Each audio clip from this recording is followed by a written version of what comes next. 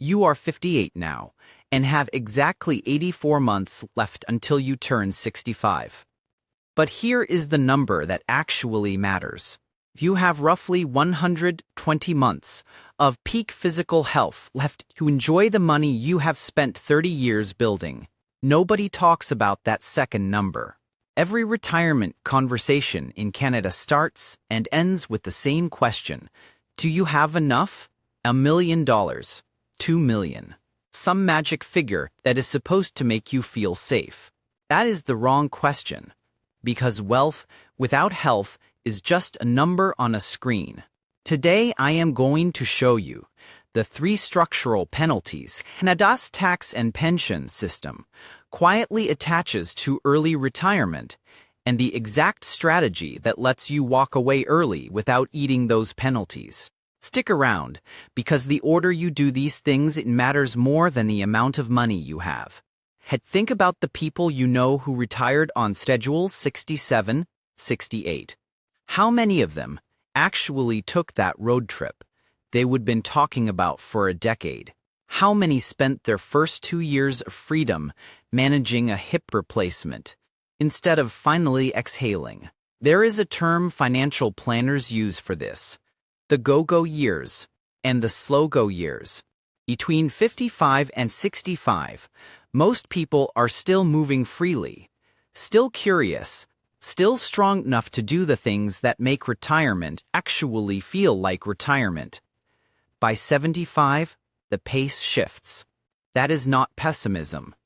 That is just what the data shows. And here is the quiet math nobody puts on a spreadsheet. Every year you delay walking away is a year subtracted from the most physically active chapter of the rest of your life. I remember sitting at my desk on a rainy Tuesday in Vancouver, staring at a retirement projection, and realizing something uncomfortable. No amount of compound interest was going to buy back the cartilage in my knees.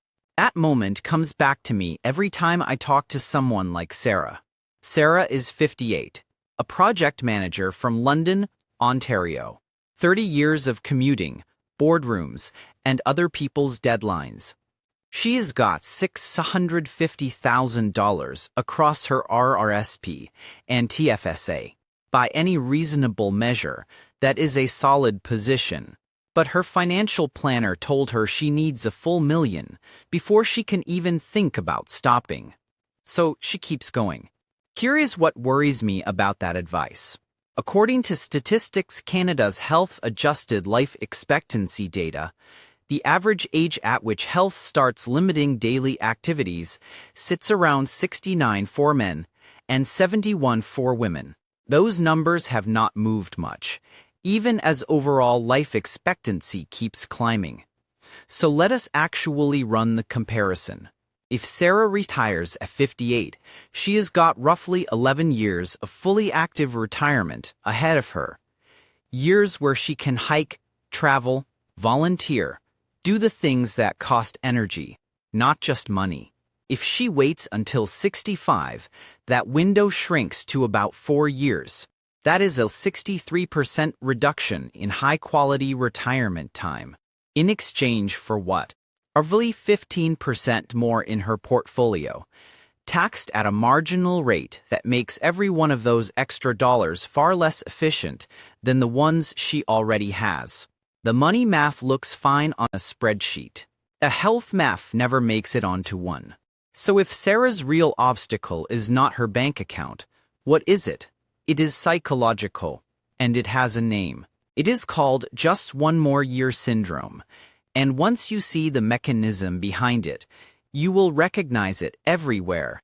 It is completely normal to be terrified of stopping. You have spent 30, 40 years being defined by a job title and a paycheck. When that stops, it can feel like your identity is evaporating. That is not greed. The brain treats the loss of a regular paycheck as an immediate, concrete threat, the same category as a power outage or an empty fridge. But the loss of free time, the brain files at under future problem, abstract, deal with it later. So people make one more trade, one more bonus cycle, One more fiscal year, then another. I will be honest with you. For years, I advised clients to push through to 65 just to maximize their guaranteed pension payouts. I was wrong. I did not account for the psychological toll of those extra years of stress, or how quietly it erodes the transition into an actually peaceful retirement. By the time some of those clients finally stopped, they were exhausted in a way 2-week vacation could not fix. So here is the shift I want you to make. Stop framing retirement as giving up income, and start framing it as buying back your freedom. There is a line I call the identity protection line. The point where you genuinely accept that your net worth is no longer your self-worth. Your value does not disappear the day you stop collecting a salary. It just gets redirected. That trap is harder to break than any financial calculation you will ever run. Once you break it, something else opens up. A window that only exists for people who actually stop working before 65. Most people miss it completely, simply because they never stop long enough to use it. That is next. Here is a quiet advantage almost nobody mentions when they talk about early retirement in Canada. Stopping work before 65 opens up a low-income window, and the tax system actually rewards you for using it. Let us back up. Most Canadians with a healthy RRSP do the same thing. Leave it alone. Let it grow. Do not think about it until the government forces their hand, and it will force your hand. At age 71, you are legally required to convert your RRSP into a RIF, Registered Retirement Income Fund, and start taking mandatory minimum withdrawals, whether you need the money or not. Now picture the pileup.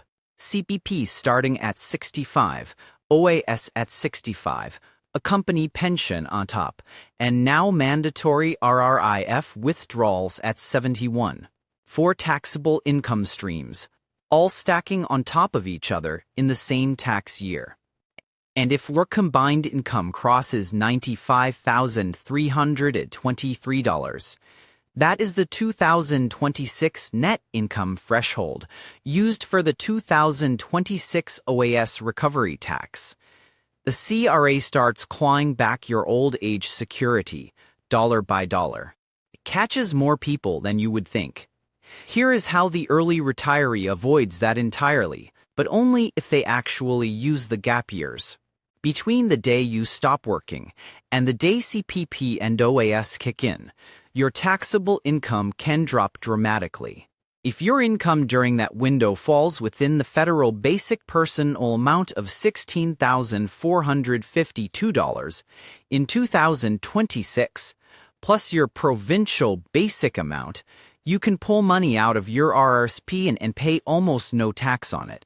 Then you move those funds into your TFSA, where they grow completely tax-free and never trigger an OAS clawback again. This is sometimes called an RRSP Meltdown Strategy. The logic is simple. Instead of letting your RRSP balloon and detonate into a higher tax bracket at 71, you drain it gradually, on purpose, during the years when your tax rate is at its lowest. So picture to pass side by side. Path 1. Leave the RRSP untouched. Face forced RRIF withdrawals at 71. Stack that on top of CPP and OAS. Pay top bracket rates. Possibly lose part of your OAS to the clawback. Path 2. Draw down the RRSP deliberately between ages 58 and 64. Pay minimal tax while you do it. Shift the proceeds into your TFSA. Arrive at 65 with a clean, tax-efficient income structure that the CRA cannot touch. The math works. But it only works if you actually retire early enough to have those low-income years available to use. And here is where most early retirement videos slow you down. 8 free to quit tomorrow, and 4, and never mention the permanent penalties the system attaches to leaving before 65. So let us go through them honestly. I do not know your mortgage balance, your health status, or whether you are supporting an adult kid right now.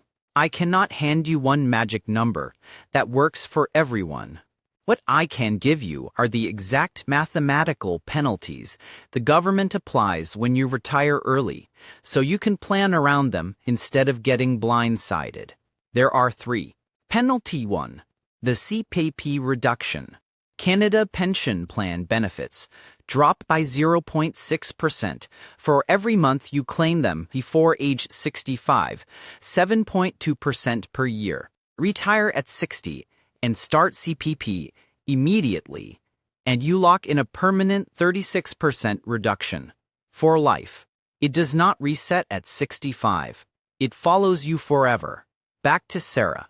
If her full CPP entitlement at 65 would be $1,000 a month, taking it at 60 permanently cuts that to $640 a month. That is $360 every single month. Gone. Over a 25-year retirement, that is more than $108,000 in guaranteed, inflation-indexed income. Lost not because the market did anything, but because she claimed too early. Penalty 2. The OAS gap. Old age security cannot start before 65. Full stop. Retire at 60, and you have a 5-year stretch where OAS pays you exactly 0. That gap has to be funded from somewhere else. Penalty 3. The defined benefit pension reduction. If you have got a DB pension through your employer, most Canadian plans apply an early retirement reduction of 5% to 10% per year if you leave before what is called the Rule of 85 or before the plan's normal retirement age, typically somewhere between 60 and 65. The exact terms vary wildly by plan, which means you genuinely need to call HR and request a written estimate at 58, 60, and 65 before deciding anything. So, does this mean early retirement is a bad idea? No. It means you do it strategically. And here is the exploit hiding in plain sight. You do not have to start CPP the moment you stop working. Those are two completely separate decisions, and almost nobody treats them that way.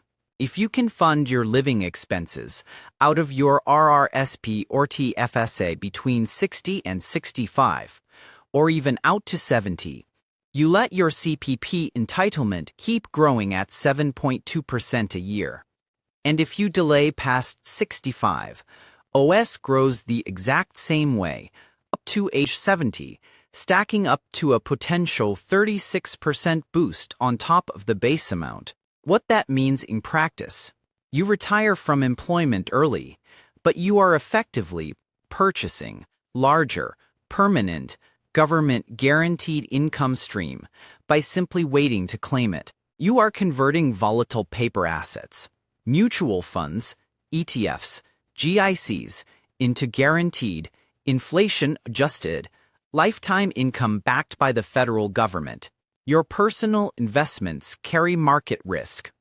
CPP and OAS carry almost none.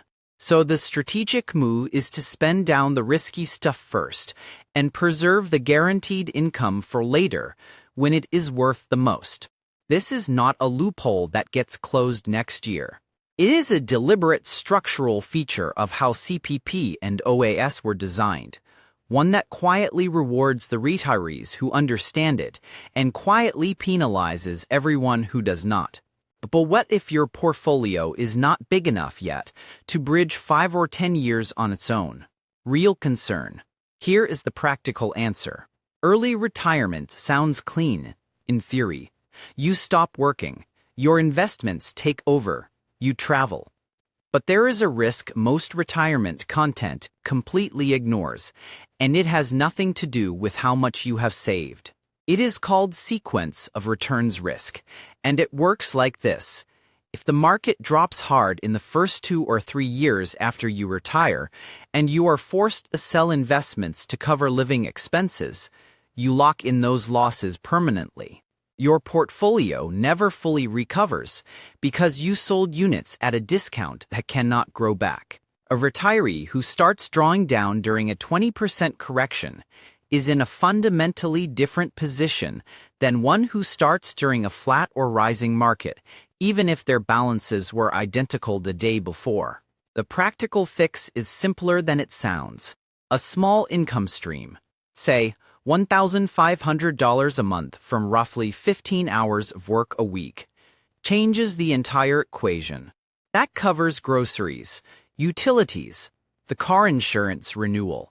Your portfolio does not need to fund any of that, so it can sit through a downturn untouched and recover on its own timeline. That work does not need to be glamorous. Consulting in your old industry, running a weekend workshop in something you already know cold, a part-time role at a local golf course or community nursery. Want to be honest about something, though? Finding a corporate part-time role at 61 in Canada is genuinely hard. Ageism in the professional labor market is real, and it is not subtle, which means the bridge job needs to be lined up before you hand in your resignation, not after. Have those conversations with your network while you still have a business card and a corporate email signature.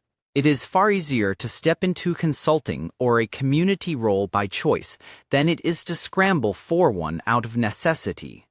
So we have covered the health window, the trap, the hidden tax strategy, the 3 penalties, and the bridge. Before you make any irreversible decision, here are 3 concrete steps to run right now. Step 1. Do a dry run. For the next 3 months, live strictly on your projected retirement income and bank the rest. If you struggle while you still have a paycheck behind you, that is information. You need more time or a different plan. Step 2. Get your real numbers. Call Service Canada and request your CPP statement of contributions.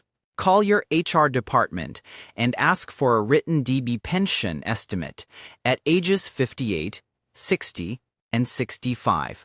Both are free. Both take one phone call. Almost nobody actually makes that call. Step 3. Write down your drawdown sequence. Which account do you pull from first? RRSP, TFSA, or non-registered? The order matters more than most people realize, and it has to be decided before you stop working, not after. Early retirement was never about having a perfect financial plan. Nobody has one. It is about reclaiming the most valuable asset you have, which is time, while you still have the health to spend it well. Understand the CPP penalties. Use the low bracket years to melt down your RRSP. Set up your bridge income before you walk out the door. Done in that order, those 3 moves are what separate a comfortable early retirement from one that keeps you up at night. If you want the next tactical playbook, the moment it drops, hit subscribe. We put out a new one every week to help you keep more of your money out of the CRA's hands. Thanks for watching. I will see you in the next one. If you live in Ontario and want to plan like a wealthy retiree, click on the link in the description or scan the QR code to see if we are a fit.